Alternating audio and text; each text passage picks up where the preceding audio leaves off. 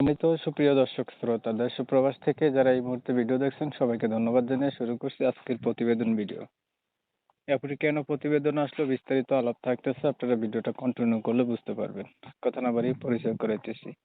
আসসালামু আলাইকুম। ওয়ালাইকুম আসসালাম। আসসালামু আলাইকুম। ওয়ালাইকুম আসসালাম। ভালো আছেন ভাই? জি, আছি ভালো। আপু, প্রতিবেদনে আসার কারণ কি ছিল?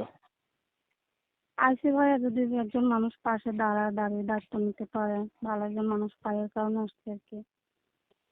ভালো একটা মানুষ যদি পাশে দাঁড়ায় দায়িত্ব নিতে পারে, এর জন্য প্রতিবেদনে আসছেন।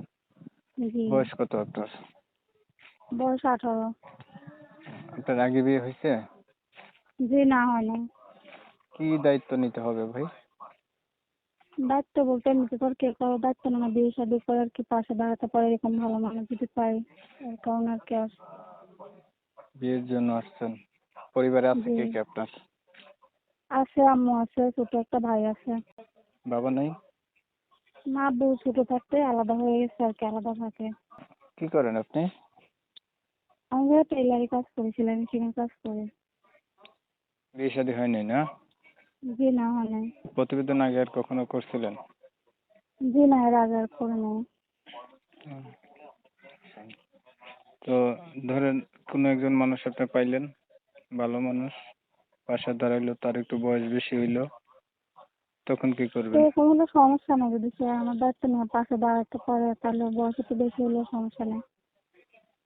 ঠিক আছে, নাম্বার কোনটা? এটা আমি যেটা কথা বলতেছি? জি, এটা।